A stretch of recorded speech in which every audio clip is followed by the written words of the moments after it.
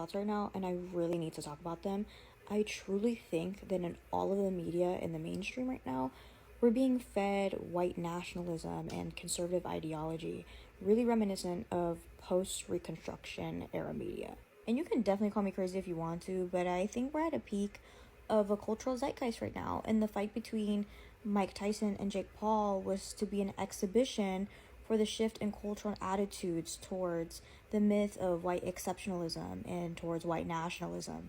I think Jake Paul definitely knew what was going to happen, seeing as he's fighting a literal 60-year-old man in retirement. And unfortunately, with everything going on in the United States right now, I don't think that that was a coincidence. And I don't love Mike Tyson by any means. I mean, he's not an angel, to say the very least.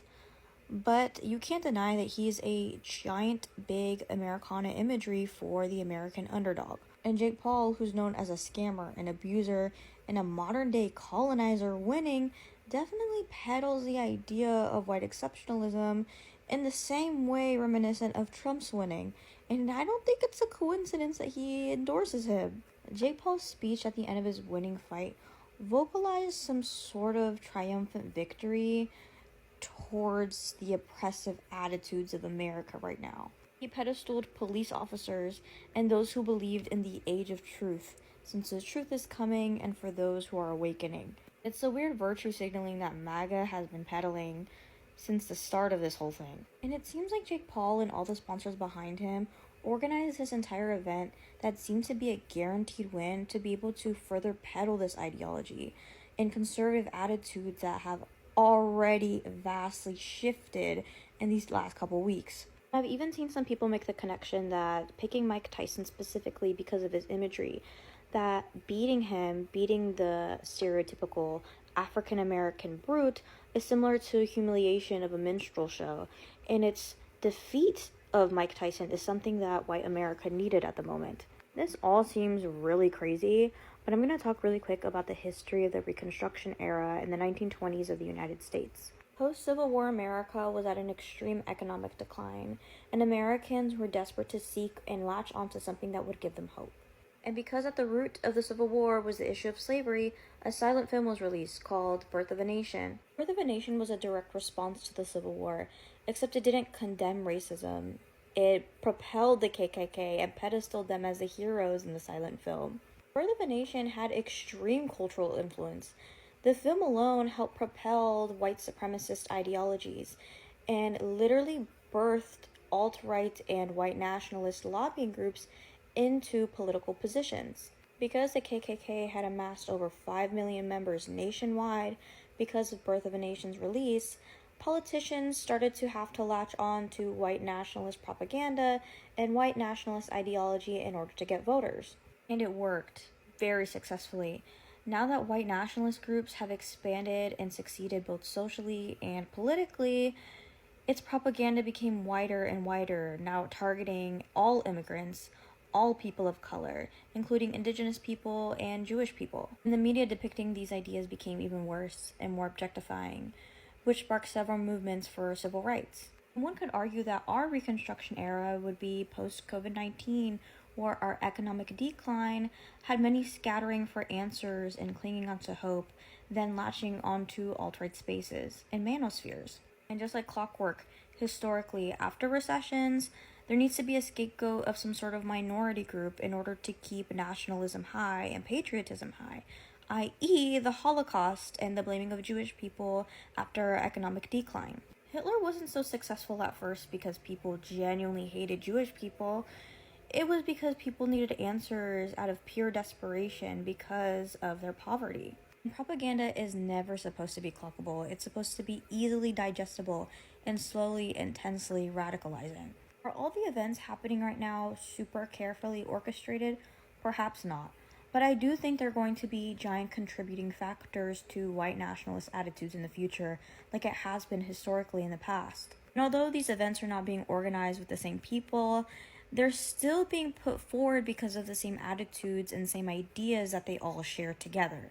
It's collective white triumph that they're trying to exemplify and trying to overly exhibit as a showmanship of their power over us. It's a showmanship for lack of empathy, and where before prejudice seemed to be cancelable or shameful, is now pedestaled as a gateway to success. So here are my media predictions for 2025 post-Biden presidency. I think we're going to see a new rise of the satanic panic at an absolute high. I think reminiscent of the 1980s post-Reagan era, satanic panic is going to be a big driving force in the media that we watch, and it's going to be a really big aggressive factor in how we police our media. I think we're also going to have a big resurgence of Christian rock, church sounding music, and country music, even if the artist themselves is not religious.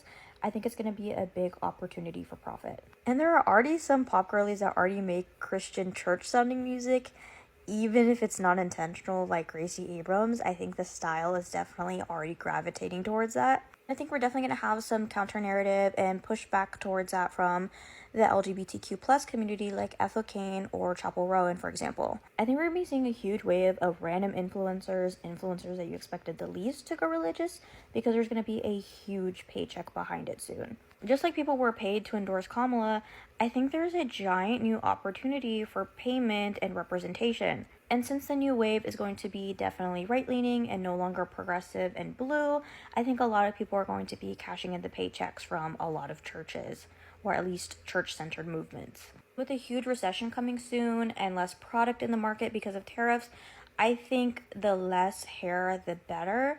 I think blowouts are going to go completely out of style. We're going to really cling on to slick back buns and really weirdly go into braided things, I think. I think a lot of Pinterest boards are going to be seeing braided hair or more conservative style hair techniques. And even though on the fashion clock we're really predicted to shift more towards the 2010s, I think we're really going to start showing more Reagan era style outfits again and have a weird shift towards posh culture. New Americana brands are probably going to make a big resurgence as well. Imagine polo imagery or Tommy Hilfiger ads, except I think a lot of people will be biting it and try to make it a little bit more affordable.